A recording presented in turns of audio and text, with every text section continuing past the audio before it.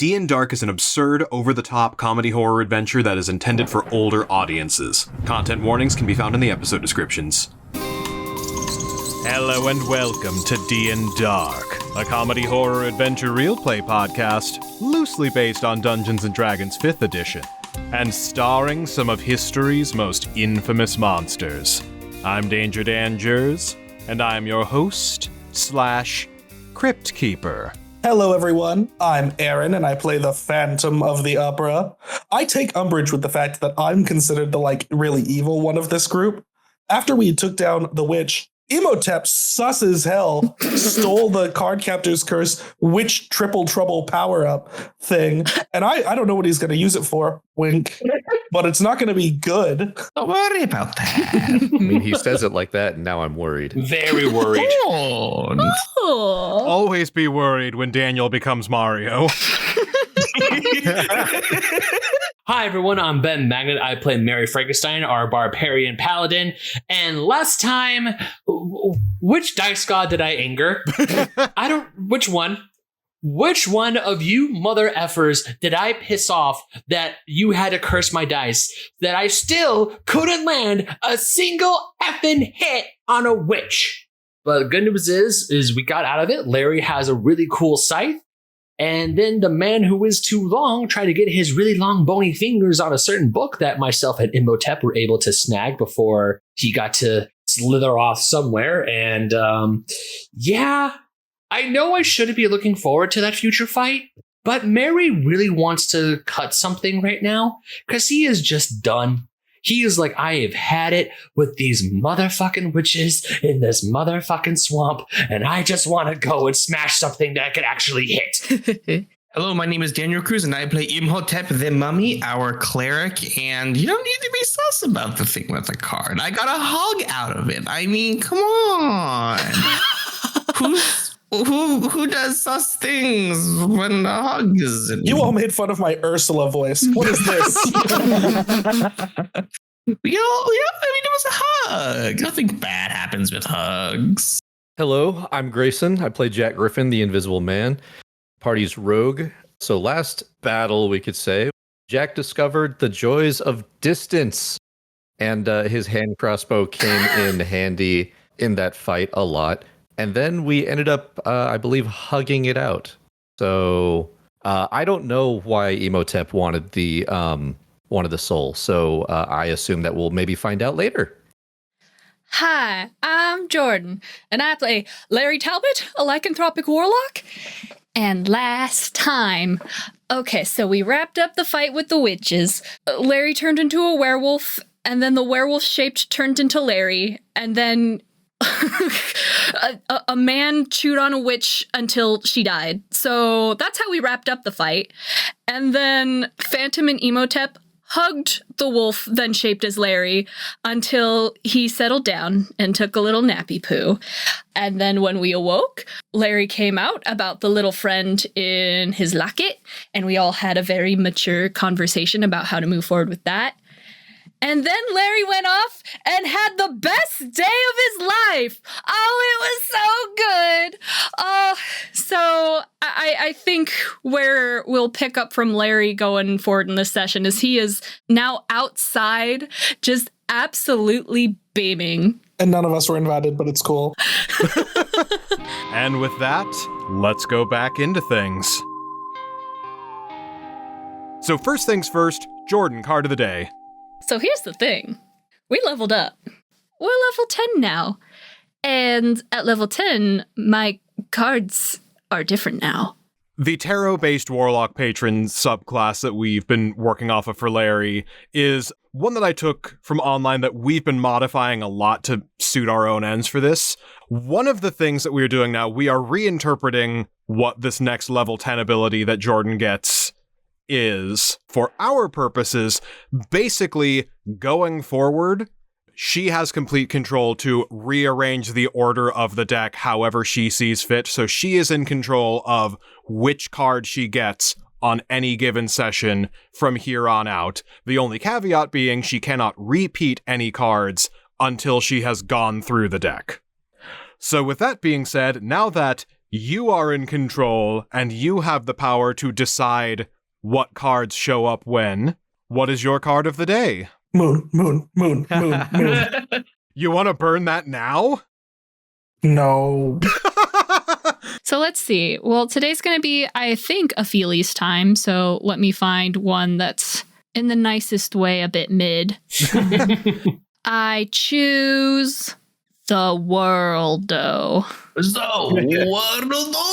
You have resistance to thunder, lightning, and force damage. Spells you cast that deal thunder, lightning, or force damage deal an extra d6 damage.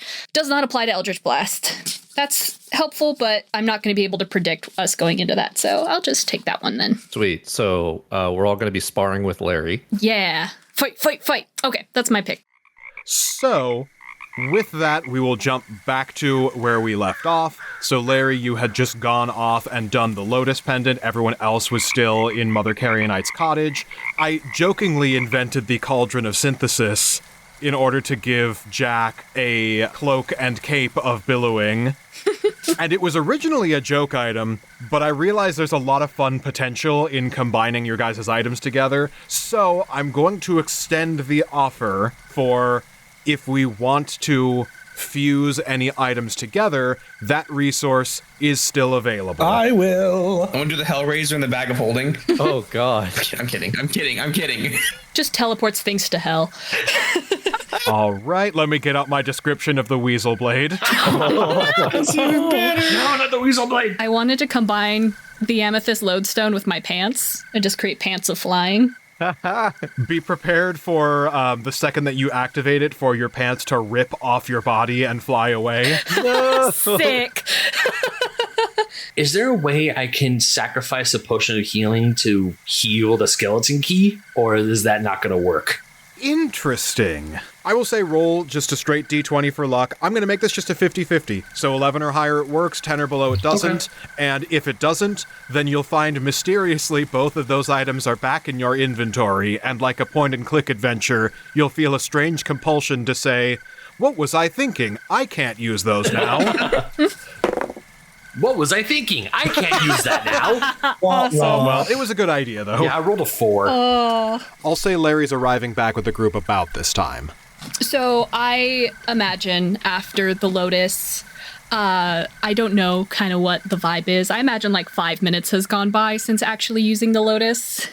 And he just kind of awkwardly walks back into the room because it felt almost like a big goodbye moment. And then he's right back where he is. Kind of unsure. Is everybody going to have mustaches in this reality? Like, has anything changed in any major way? I don't know. The Phantom's mask is on the other side. Oh, no. Doesn't even make sense. Jack's clothes are actually invisible. Oh, speaking of, 100% visibility now. Oh, shit. Oh, no. You're here! Actually, there was something that I needed to try and do potentially before that. If you want, like, the last little gasps of invisibility to still be there for you to do your thing, then we can do that.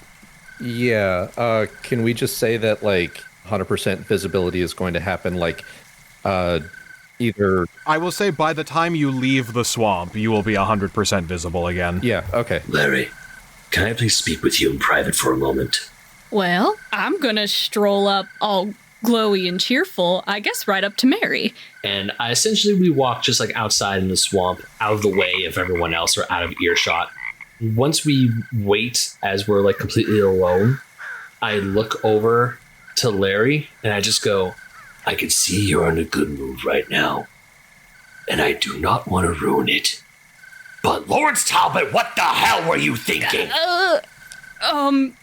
You had Renfield with you this whole time, and you didn't bother to tell us? Do you realize how bad this could have gone? Do you realize what he could have done? I don't care if he's a spirit in some sort of locket. He is dangerous. All right.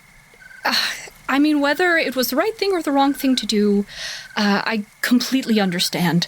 But here is what I was thinking, Mary. We were very upset with Vordenberg because he had a history with Carmilla. That's the whole thing, that I knew that if I brought up Renfield of all people, everyone would go absolutely cuckoo bonkers. And if we did that, at that current time, he was trying to help me, trying to help us, whether or not there were some big means to the ends, if he was going to screw us over later. Like, okay, that's fine. But if we would have blown up a spot when we weren't ready to deal with him, then that could have put us all in danger immediately. But if he does anything now, we have the scythe. So if that whole thing went wrong, if he decided he wasn't going to work with us and he was going to do some big crazy thing that we weren't expecting, we have the scythe to be able to extract his soul away from the one thing tethering it here. Lawrence, I'm not mad that you kept the information from us right when you got him. I'm mad that you didn't tell us sooner after we had cooled down a bit. If things went awry, I just needed to make sure we could handle it. And as soon as we had the means to, that's when I knew I could air everything out. But I'm sorry. It probably would have been fine to tell you guys earlier, but I wasn't sure. And I didn't want to do anything to endanger the group. But, I mean, you're right. It was a gamble. And I apologize. A gamble that thankfully has paid off. But I just want to ask you, as a favor to me and to the rest of the group, next time something like this happens, we tell each other sooner rather than later. Because if the gamble didn't pay off, I don't know what would have been going on. But it just scares me that you had him with you for a long time. I'm not saying he's influenced you, and I've accepted the fact that he was going to help us in our war against Dracula. I will accept his help, whereas I do not like it, and I sure as hell do not like him. Hell, even if we get Vordenberg back, there are still a lot of things he and I need to hash out, especially since I took his bloody oath. But next time, try to tell us a little sooner so we all know what's at stake. So we can all know exactly, no pun intended, the cards we have at our hand and what we should effectively play. Absolutely. And I just go and give Larry a big giant bear hug. Aww. You are quite possibly the best friend I have in this world, besides from my namesake. And if anything were to happen to you, or Jack, or Erik, or Imhotep, or any one of you, I lose my family. I don't want to lose my family again. And Larry, just continuing on this very emotion-filled day, is going to... His arms can't completely wrap around you, but he's going to try his best and squeeze as hard Close as he enough. can. Yeah, his fingertips almost touch. You won't lose us. You won't lose me, you won't lose us. We're together. So now that we're together, and we're in this for the long run, let's get back in there and let's save English. All right? Yeah. Let's go kill ourselves a goddamned vampire. That's what I'm talking about. All right. All right, and I think that's a good time to cut to Jack and Imhotep. Imhotep. He's kind of cleaning off the last bit of stuff off of the blade. Yes, Jack, how can I? Hi. Oh, right. As he kind of realizes you're totally visible now. Sorry about that. No, nothing to apologize about. Just, I knew it was happening. Still a bit startling. You're quite handsome, though. Thanks. You've had this healing magic this entire time. I am granted powers by the gods, yes. Just out of curiosity, do you have, if someone were to sustain a serious wound, do you have the ability to potentially either regrow the skin or a very minor limb? Maybe. I have spells that would allow me to... I do not know about an entire limb, or... No, maybe a toe or a finger. Oh, a toe or finger? I'm sure that there's got to be some part of me that's still invisible, and I think I have an idea on how to preserve that invisibility for potential research. But I don't know how much damage it can do. What do you mean you don't know how much damage a finger can do? Last I checked, fingers don't do a whole lot of damage. Unless it's the emotional kind. That's a good point, Mary. Put away my finger of death spell. Yes. Do I know the part that is still potentially invisible? I would say you could sever a patch of skin and recover from it with some healing magic. Thank God. And like some part of like one of your arms or your shoulder or someplace non-obtrusive. For the sake of not delving, not examining too deeply what D&D healing is, let's not do any like fingers or toes, but... Thank you. I was afraid Jack was going to carry around a little toe in a jar. I was like, no. Okay. Do you have any, I don't know how to ask this. Do you have any numbing agents? Because I have a feeling this is going to hurt a lot. Oh, I have the traditional classic Egyptian way to help you manage your pain during these trying times. He reaches into the bag. He pulls out a leather strap. Yeah. Excellent. Actually, this might be a good chance to offer a form of recompense. Phantom? I'm busy. What's up? Do you want to carve off a bit of skin? Ew, no. What? Or, fine. I guess I'll just do it myself. If you want it, I could, like, throttle you if it's just about dying. I need something for examination later. You science people are so fucked up.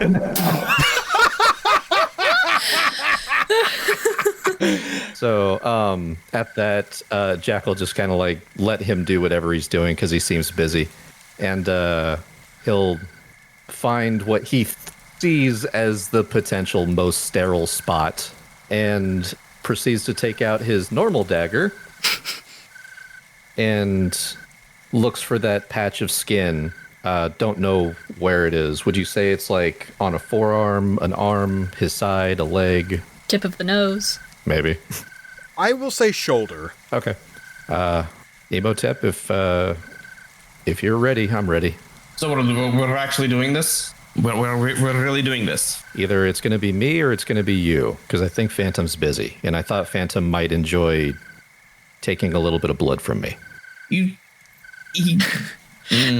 There's a lot to unpack there. This has the same energy as middle school kids piercing their ears at home for the first time. Of like, you gotta do it, or I gotta do it, but can we get like an ice cube? Yeah, very much. But if we don't do it fast, Mom's gonna come home. She's gonna be mad. The lot to unpack is with the whole, I think Phantom wants to hurt me thing. I'm like, okay, how does that make you feel? What spell do you think I would need in order to like counteract what we're about to do, Dan? Like what level of a spell? Like a healing word? At least a cure wounds. Well, obviously. But I mean, like I have... Don't give him ideas. Take the cure wounds. What's wrong with you? I'm just like looking at like what I have for healing, and I'm coming to realize it's not a lot. It's a lot of mass healing. So I guess cure wounds. Rub a bit of dirt in it. I guess upcast a cure wounds to level 2. Okay, that'll work. For flavor, before we do this little operation, can he write the spell like onto like a piece of parchment and like have that be the spell? Like a Band-Aid? Like, yeah, that was gonna be the joke. It's a mini spell scroll he's literally gonna slap on like a Band-Aid and it's just gonna start healing. Sure. Awesome. So yeah, he writes it on like a small piece of papyrus that he just happens to have with him in the bag. Hold it in one hand, goes to take the dagger from Jack. So what am I doing this at? He's going to open up his vest and undo the buttons on his shirt and then pull over his shoulder, and you'll see the small bit of skin that's still invisible, and you'll see just surrounding over it, there's a bit of skin that looks like the skin itself is growing on top of the invisibility. Gross. Okay. So that part right there, that's what I need. Hey, Dan, here's a silly question. How long ago has it been since we started talking to Carrion? It's been at least overnight. Okay, then never mind. And then I was gonna say, is the bottle of Riz that we definitely just said was a bottle of Fireball still gonna be inhibiting my ability to carve? Depending on how funny it is, I'll allow it. I mean, I was definitely going to ask if we had any alcohol, so that way Jack could just get drunk or tipsy at the moment. Larry has an alcoholic beverage. Phantom, somebody's got alcoholic beverage. Mary has it. I do. So he takes the dagger and he's like, hands him the little piece of leather and goes, I might want to bite that.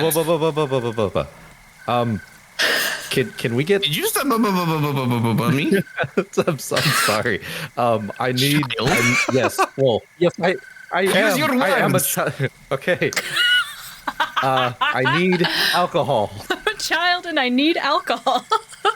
Those are two things that I really genuinely think should not mix. I'm just going to say. Ooh, Jack's moving to the front of the needs therapy line. Guess who's taking a back seat? That sounds like something you have to discuss with your therapist. It sounds a lot like the really bad Rorschach test readings. I read this as, I am a child and I need alcohol. Did someone say alcohol? I got some alcohol. I don't understand why you're super excited about this, but yes, okay. From a quick Google, before the mid to late 1800s, there was no minimum drinking age in the UK. Yeah, that sounds about right. I was just going to say, the drinking age wasn't established for a long, long time, but I knew. It was late 1800s, so it was probably established after this. Yes. Nice. It was this because moment of right this. here. Good. Hey, if you want some, just save a little bit for me. I kind of want to try some of that. I have no idea. What is this, Larry? Whiskey or rum? It has 3 X's on the It is label. generic alcoholic beverage. Cool. Haven't tried the generic brand before. It is a bottle of liquor. I was going to say it's isopropyl alcohol, like rubbing alcohol. Oh, God. I give the bottle to Jack and just look at him as like, just Save me a sip or two. I want to try it. Okay. We'll see. Are you ready now? Yeah. And he just proceeds to drink as much as he can in like one gulp because he just wants that buzz feeling. And I have a -1 on my constitution, so I'm hoping it gets me there decently quick. Okay. And he starts to like carefully slice and carve. like slow. You doing okay? I mean, okay, we're trying to be careful about this, right? Wait, that's what you needed it for? That's what we needed it for. What is... is there anything left in the bottle? That's up to you. You know, I'm just gonna say there's just like a shot and a half left, and Mary just downs it, and then Just goes. Oh, God. You people drink this stuff? This is. Oh, why is it spicy? Why Why is it burn? Good old firewater. Oh, Larry, why did you? This is terrible. This tastes nothing like this. Oh God, why do you drink this? I'm gonna take it back from him and take a few more swigs and then cork it and put it down. Do I even want to ask? Was I gone long? Why are we carving him? Why are we skinning him? You know, he asked me. I'm not gonna question it. I was just going to do it and figured at some point down the line it would all play out and be. I'll question it. fine. Hey Jack, why are we carving you? Needed that. You need to be carved? Imhotep just puts his hands up. I don't know if it's a weird sexual thing for him. I'm just doing it, and I'm really hoping I'm still not going back down there again. He's gonna kind of stumble over to some vials and hand it over to Imhotep. Put that in the vial so I could save it for later. And it has this lump of invisible skin on the blade and just kind of carefully plops it in and he goes, If it wasn't for the blood, you wouldn't even know there's anything in there. And he pops the cork on it and hands it to Jack. Yeah, so now all you see, I assume, is maybe some, a little bit of muscle just on his shoulder. Add to your inventory a sample of invisible skin. Gross. Slaps the mini spell scroll on it. Wait, in Egypt, did you guys create synthetic skin? No. It's just papyrus, dude. It's got magic on it. Dude, it's got magic on it. I've watched enough hoof shearing videos to know what salicylic acid is. Heck yeah. I'm so glad I'm not the only one who's watched the stupid Oh, yeah. videos. Dude, I love the hoof videos. They are, I don't know what it is. That is about the neurodivergent group. One easy step. All right, so you've got your salicylic acid wrap. All right. After that, Jack's going to go ahead and keep the bottle nearby, but try not to drink it while he feels nice and fuzzy. All right, so while all of that was going on, let's jump to Phantom. Phantom is leaning out the window and he's like, God, science people so fucked up. What the hell? And he turns around and he walks inside to the cauldron. He looks inside and there's a billowing coat in here for some reason. He's like, whatever. He throws it on the ground and it's billowing on the floor. And then he produces the conch and he looks at it. He holds it softly and he says, I heard you helping me during that battle. You've always been metaphorical strength for me. Something to lean on, something to strive for.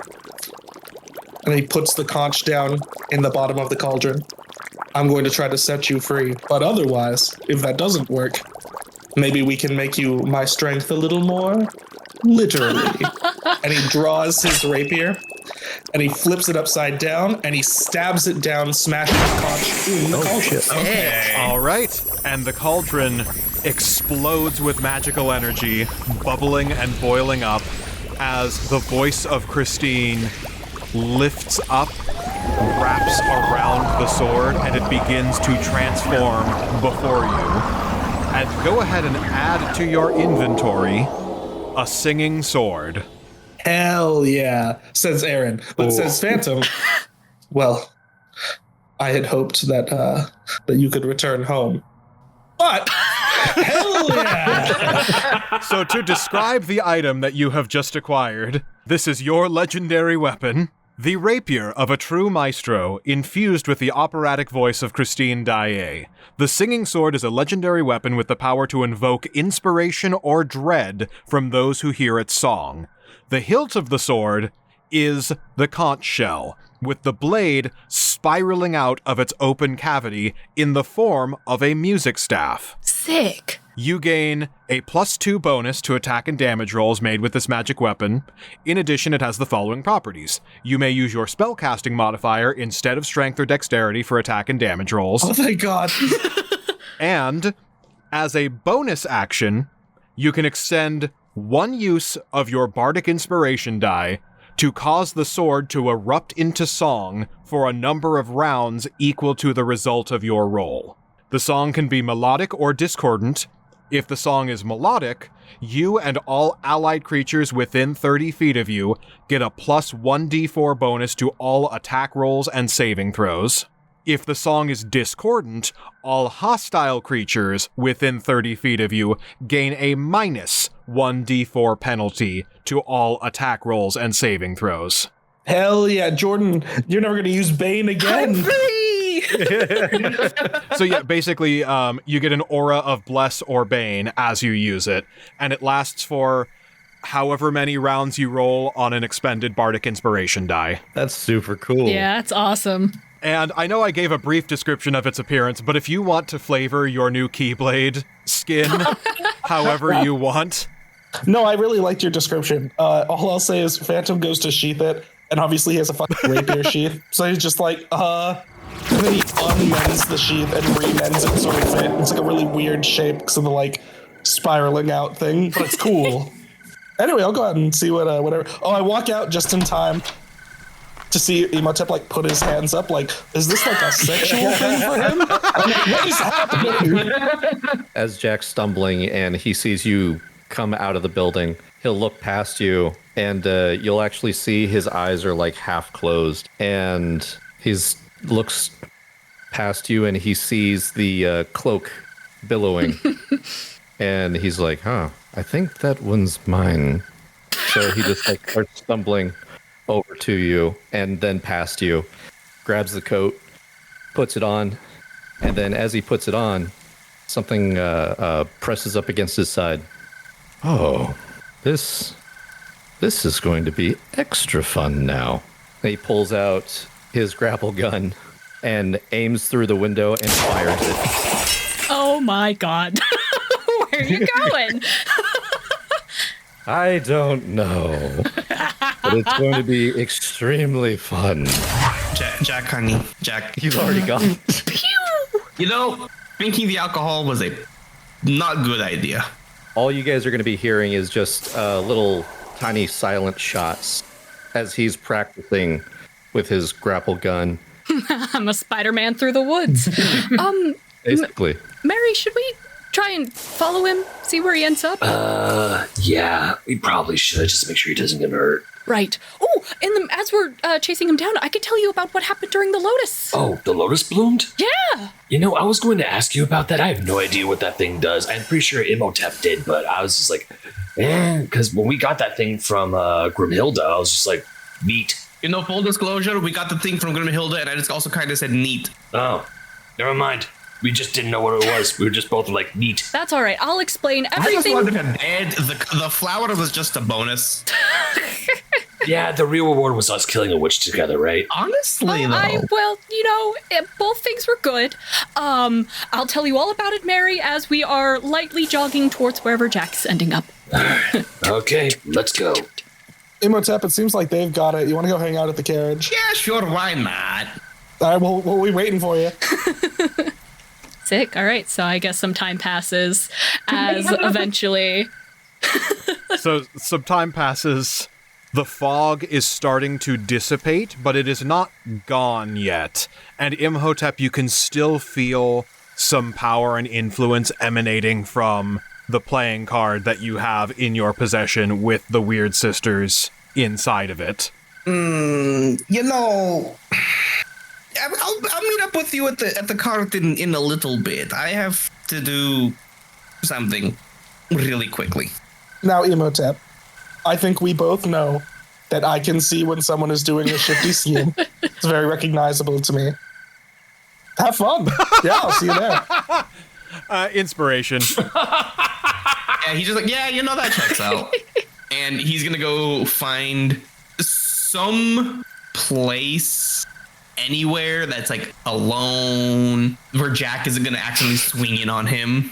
Just gonna find a spot and try to commune with Fierna and Belial. As you isolate yourself and as you pull out the playing card and the contract, some of the ink begins to lift up lightly from the contract, singeing away with small infernal whispers passing by you. It seems to get excited by the presence of this card, and the witches on, like, the illustration of the card back away slowly. They don't seem desperate, but they're not excited by the presence of this contract. So yeah, he's just gonna hold the card in one hand, the contract in the other, and he's gonna kind of go, oh shit, I can't like just call them anymore, can I? How do I get in contact with Fierna and Belial? When the contract is signed, they will be able to communicate with you through the contract. Hey, idea. How about as Jack is Spider-Man careening through the woods, he passes by you real quick, and so Mary and I just kind of lightly jog past, and I see you there with the card and the contract, and I'm like, oh, Imhotep, how's it going with the whole card soul thing?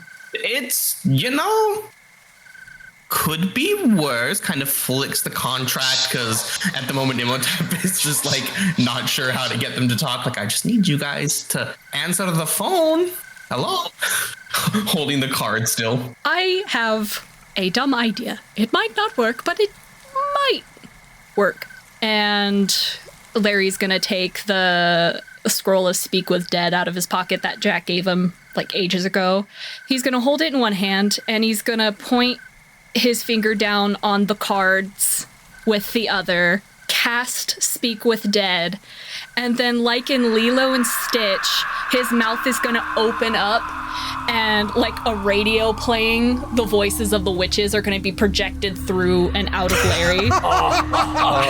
Jeez. Wow, this is troubling.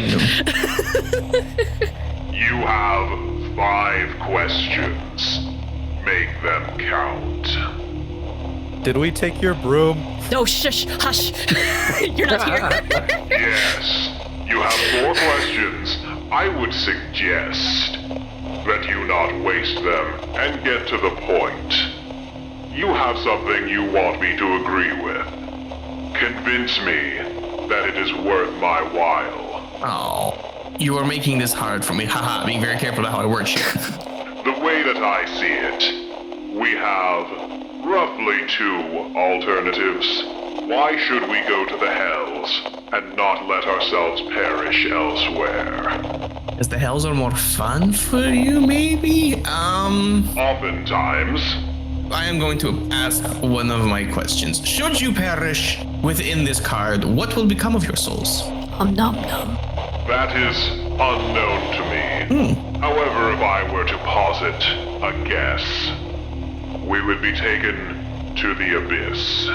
Ooh, I know a few things of the abyss. I kind of flexes the hand where the parasite used to be. What Fierna and Belial offer to you in exchange for signing my contract will be more pleasant than whatever the wolf has for you. I feel confident that Sister Sycorax could probably agree to that. It was pretty terrible in there, I'm not going to lie. I offer you a place where your souls may still find some usefulness and will likely be treated in a better way than nom nom nom, I believe was how it was worded. Yeah, Larry nods as his mouth's still projecting. That was not how it was worded, and you have 2 questions remaining. However, I see your point. I hope you're enjoying yourself negotiating from a position of leverage. I am very much, actually, yes. Pretty cool, actually, not gonna lie. What is in it for you? Why do you need for us to sign? In life, I promised my soul to my god Osiris. As it stands, should I perish again, my soul will belong to the demon lords of hell, of the hells.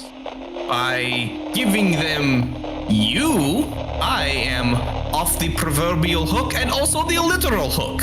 So should I refuse? Your torment will continue. Should you refuse, your torment will begin. I like that. You've gotten good at this. I've had to deal with way pickier, way weirder, way meaner, way grosser deal people than you. Spare me your flattery. I shall agree, and I verbally consent to the terms of the agreement. You have 2 questions remaining. Should you wish to do anything with them, should you not, I will sign. He kind of just looks at the others. Anybody else? Above the table, I do have one question. Jack says while flying by on his grapple gun. I have one question. Mary's just chasing him. Is like, why is he swinging and flying around like some sort of bat? Man, this is so annoying. Get down Larry's here. just like, I don't really know. As he sees Imhotep talking to the witches, he forgets to look at where he's going, and Look out for that tree. basically, yeah, while he's retracting his line, he runs into a tree, and then he just topples over, falls into a bush, and he's just like, oh. And no one can find you because you're hidden. Home sweet home. He pops up, and hair's all shaggy, his hat's missing for the moment, and he puts his goggles up above his eyes. He says, wait, dude, is, who's the one that deals with the sicknesses? Grant Annie Grimhilda, you have one question remaining. Fuck! What was the substance that was on me? Can you clarify the question? There was a bacterial-like substance I had accidentally come across. And I don't know what it is. How can I find it?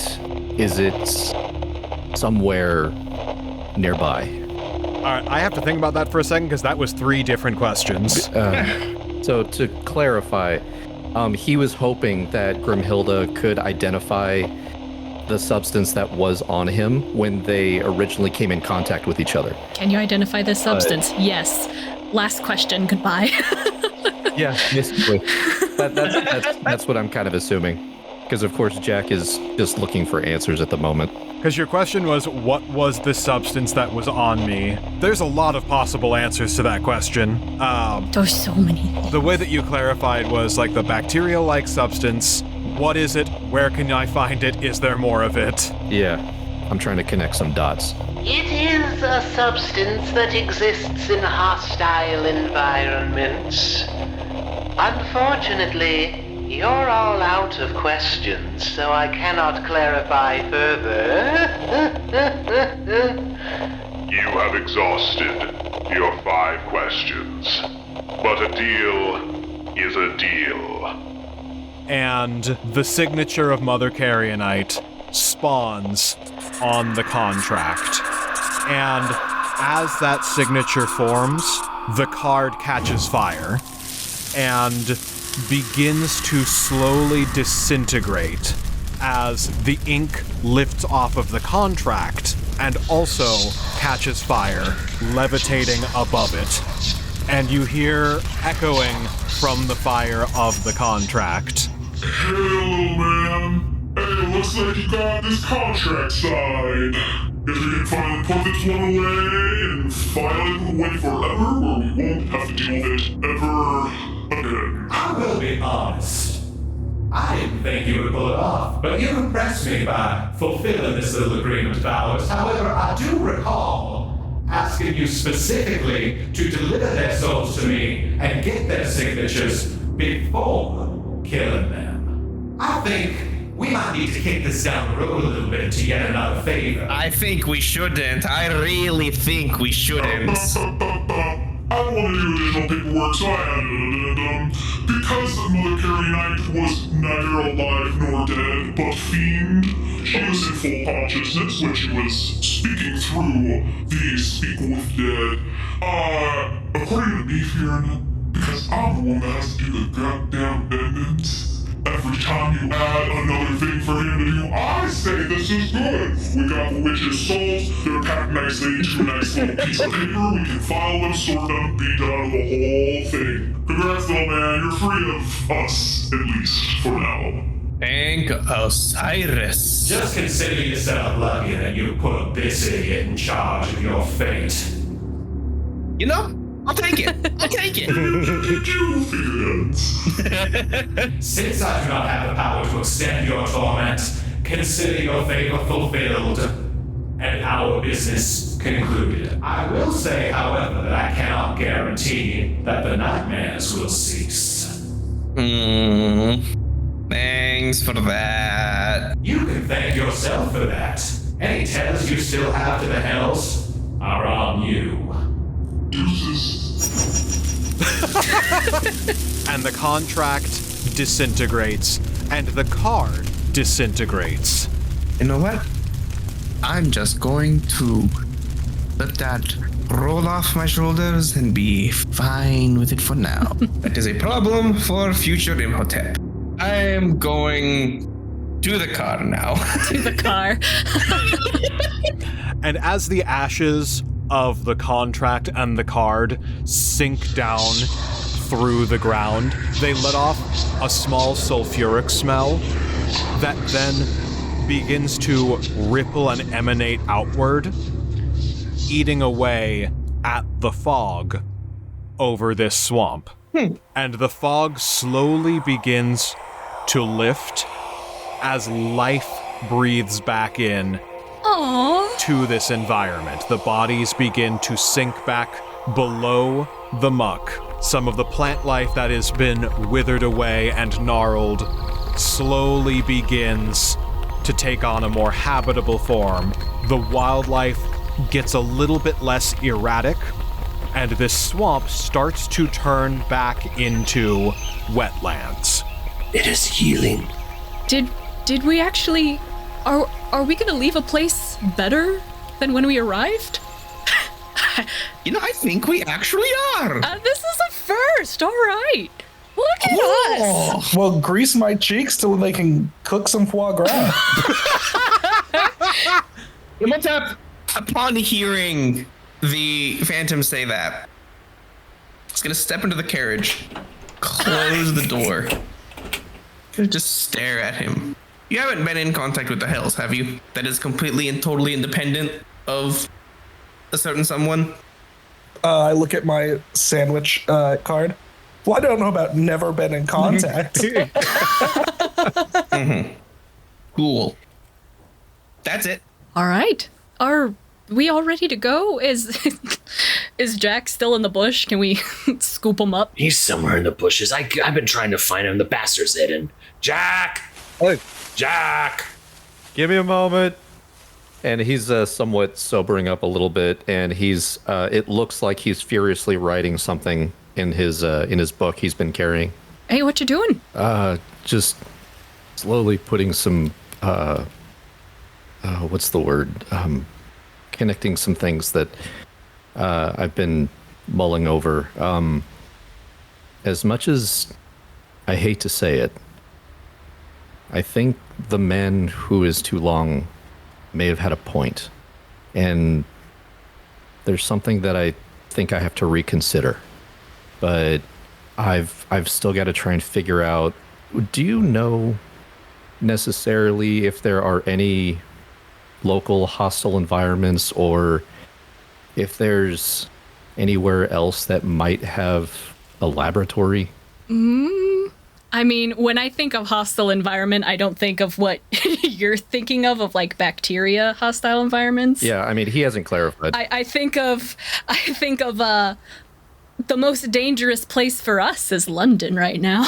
Yeah. Yeah, the only laboratory I know of is Father's, but I don't know if we want to go all the way down there. Ooh, hey, now that a certain someone's out in the open, should we ask him? I have no idea what you're talking about. You absolutely come on. Yeah, me either. Wakey, bad. let's go. I believe Imhotep currently has Renfield. Yes. So I imagine we'll drag drag Jack to the carriage where everyone's sitting to meet up with Imhotep and Erik, and possibly ask some questions, maybe? Take that as a yes. Let's go. Let's do it. What is it that you wish to know? Oh, you're real quiet all of a sudden. What do we want to know? Elbow Jack. Jack said something about hostile, and I don't know. Jack, you say it. Sorry. During your time that you were here, God, this is so weird. Feel like I'm talking to. Never mind. Speaking to a ghost, yes, it's a little on the nose, but do continue. Hey, watch the sass, bud. We had to kill you once. During your time that you were here, were there any laboratories, or were there any maybe hostile environments, such as naturally hostile environments? So not necessarily people trying to kill you, but we could say places that have extreme hot and cold weather, or even potential geysers or hot springs or something like that. Well, if you're looking for special and unusual bacterium-like substances in a laboratory-type environment, this is awfully convenient. But it's the direction that I've been urging you to go from the beginning this entire time. So back in Windsor. Gonna make him have an aneurysm. No, you fucking idiot, not Windsor. God bless. The Big Ben Clock Tower. There is a laboratory inside the clock tower, where, let's just say, experiments have been run on behalf of the Master, you'll find everything that you need in there. It is also the location of one of his coffins, and it is also a stronghold where a lot of his personal firepower is coming from, so it would be very wise for a number of reasons to make haste back to London and to the Big Ben clock tower. He doesn't know how this works, so he's going to put his hand over the locket, thinking that it can't understand him now. Just wanting to double check. Do we want to go to London, or do we have something that we need to finish up in Windsor now that we have the scythe? I think we need to focus on the bigger threat, which is Dracula. And then once all that's said and done, then we can go back for those souls. Isn't London technically on the way to Windsor? I believe so. I mean, why not just take care of the things in London first, then we can go free the souls and head back to Stratford after that, hopefully. Oh, that's, I'll call Marlowe after we take care of the souls in Windsor.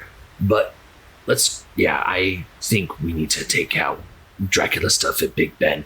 And then I look to the locket, I move Jack's hand away, it's like, you said firepower, please elaborate. You'll see. You'll understand when you get there. Well, it sounds like that's our place to go.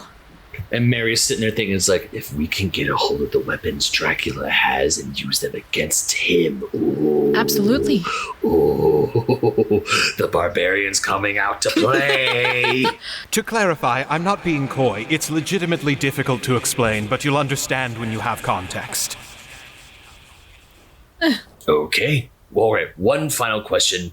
Can these weapons hurt him? Him being Dracula? Potentially, if you can control them. Fuck it, good enough for me. Let's go. Say less, Queen. All right, I guess we're heading out. All right.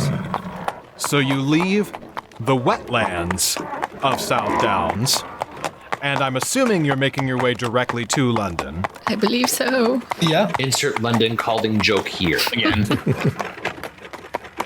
While we're still on the road and outside of London,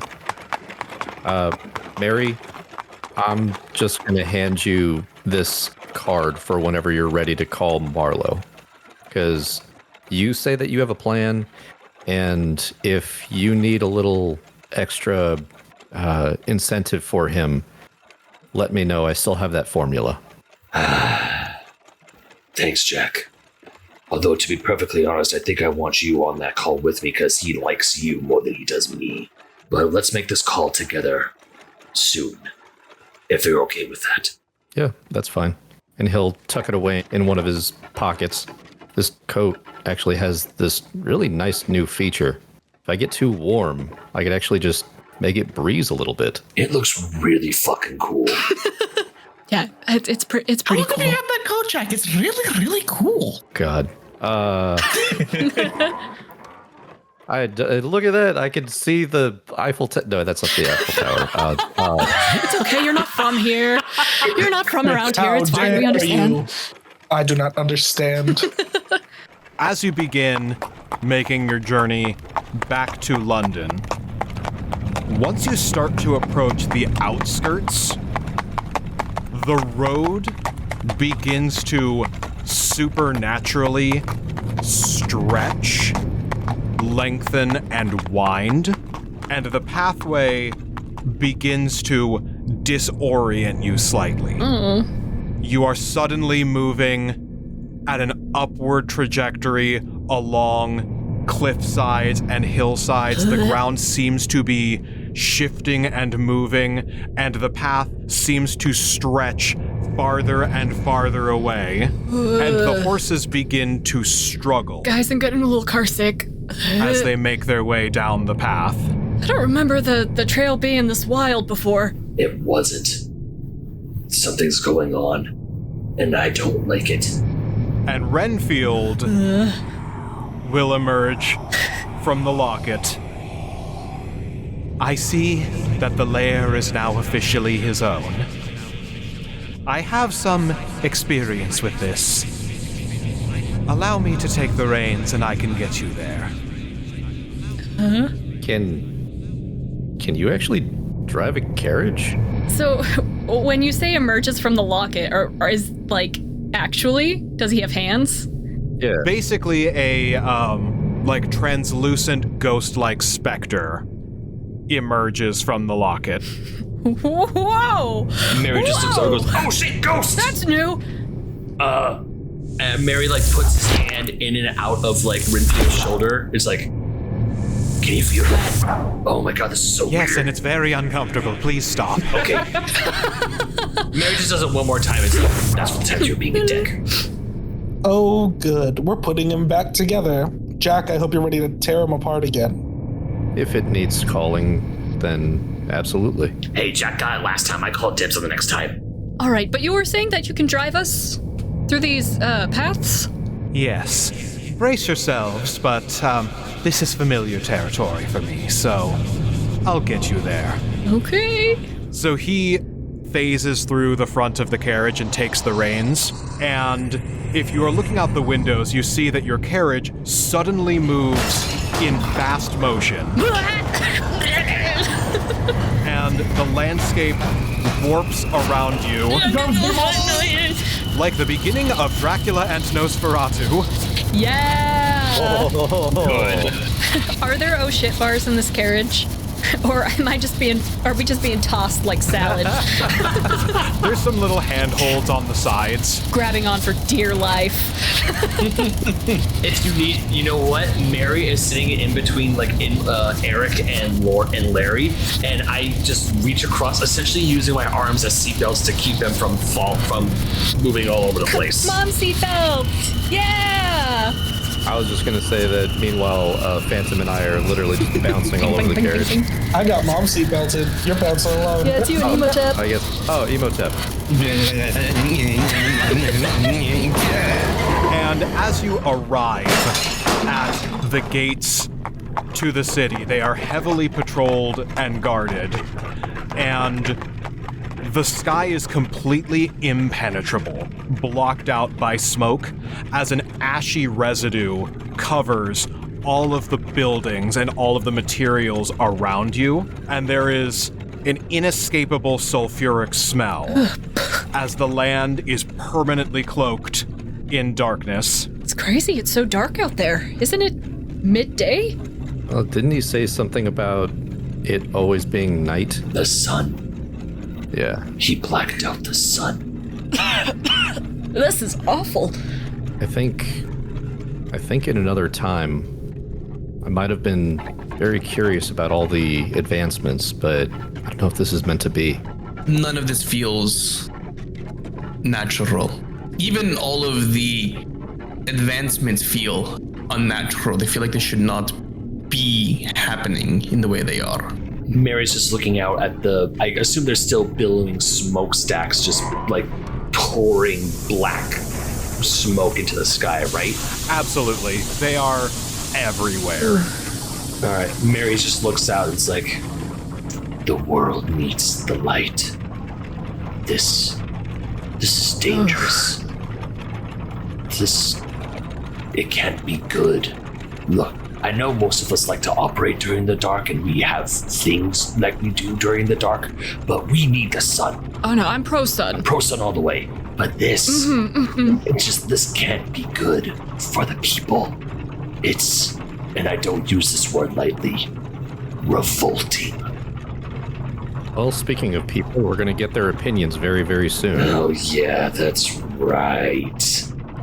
Jack's going to go and start pulling out his documentation for his, Jeffrey Radcliffe persona. And Mary's going to hide in the far corner of the carriage. I think Larry's gonna be so distracted by the like heavy smoke and stink of sulfur in the air with his like sensitive dog nose is gonna take out that handkerchief and just like cover his face to try and stop some of it. But it's incredibly distracting. And the carriage pulls up to some guards that are lit on either side by torches that make their way across the buildings, providing some bit of light. There are still gas lamps making their way up and down the streets, but generally it is just raw fire from torchlight. A couple of guards approach the carriage as the specter of Renfield slinks back through the front of the carriage and retreats back into the amulet. And they come knocking on the door as they say, "State your purpose for transit." Jack, I assume you've got this? Yeah, we're going to be just passing through. He's going to produce his persona for Jeffrey Radcliffe with the seal of Dracula's dragon. Roll deception with advantage. The DC is 24. Holy crap. But because you are disguised, you have advantage on this. 27. Oh! Very deceptive. I think 27's good. All right, Mr. Ratcliffe, you are free to continue on. Follow the path of the torches and you'll make your way through the other side of the city. And just be careful. There's plenty of eager, overly enthusiastic citizens that are doing their best for our new Lord and Savior, Count Dracula. Oh my god. Oh, Lord and Savior. Lord and Savior. Stick to the light and you shouldn't have any problem with the demons. Casual. Make your way on through. If you're careful and keep your eye out, you might be able to see the Count himself making one of his grand speeches. Oh no. Will do. Thank you very much. Yay. Yay. And the guards part, and you make your way further in to London. So dark and grimy. Oh shit. There's the big man himself. Oh shit. Uh-oh. Oh shit. Oh yeah, if we keep a careful eye out, he's like 20 feet away. Guess there's just that much smog in the air. If you look very carefully, 20 feet away. As you continue down along the path, you see crowds of people are formed around a makeshift stage where Dracula is standing atop a pile of gold and trinkets and monetary tribute, holding up and crushing in his hands a shadow demon that withers out of existence, and the crowd cheers. And you can hear lightly as you approach, as Dracula is standing above this hoard of gold that he is beginning to accumulate beneath him. People of the English countryside, you have much to be proud of. With your loyalty, assistance, and tribute, we continue to hold back the scourge that infests this land and keep the borders of our empire secure. It is because of you that we may usher in the evolution of the British Empire into the Empire of Dracul. May these new scientific marvels embolden the bravest among you to step forth and allow yourselves to be reborn as my knights. Sick. And as the carriage is passing by, Dracula makes direct eye contact with all of you. Oh, God. Oops. And smirks as he begins to pull the gold away. He then turns over his shoulder and says, "You may take the stage, Doctor," before he disappears, taking the gold with him. Using a lair action, That's all of London. a billowing cloud of darkness encompasses him, completely blocking out all visibility within a 20-foot sphere.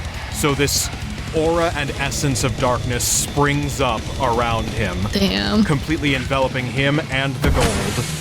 And by the time it fades away, it is all gone, and the stage is emptied as a man steps forward to take his place in the center of the podium, and he addresses the crowd.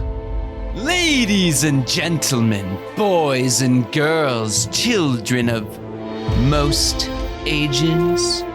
These are desperate times, but we continue to stand victorious thanks to my esteemed mind and your contributions.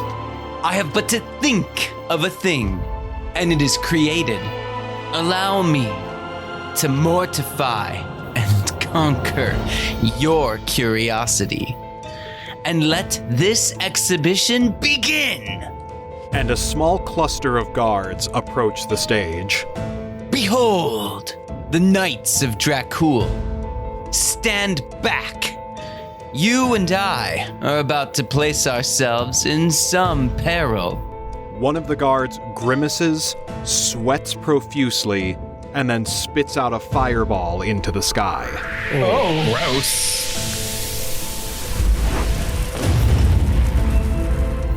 You see, I can unlock this potential in each and every one of you. Oh no.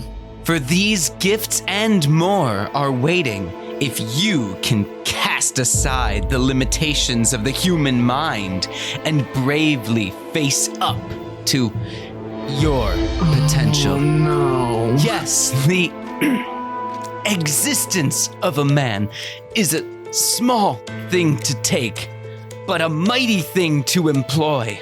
And I shall use my expertise to employ these and more. Those of you who are willing to volunteer yourselves, come with me as we make further progress and discoveries. For everyone else, thank you for your time and your generosity. Remember, your contributions make my miracles possible. Until next time, I'll leave you with my latest miracle. Behold, as I, Dr. Henry Jekyll, demonstrate the secret of invisibility. That motherfucker! Oh no! Oh, what an asshole! What a fucking asshole! And with a potion in hand, he smashes it on the ground, and he and all of the knights that had stepped forward disappear. No! We are the outcasts, the misfits you might say. We deal with the nightmares that you run away from every single day. We know the world is a gruesome little place, but us outsiders, we've developed quite a taste for the grisly and morbid, the ghastly and the horrid. We know it's awful, dreadful, but we like it. Just another haunted night, shrouded with unearthly fright. So when you're oh so terrified, you know who to call. The world is falling apart. We'll never take it to heart. Some monsters and creatures and spirits and specters and all. Let's all have a ball.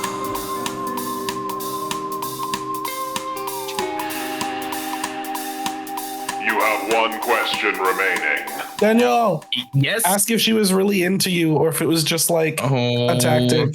Was it true love? The fans want to know. Does anybody else have any actual real questions? It's a real question. My enjoyment is distracted until I know.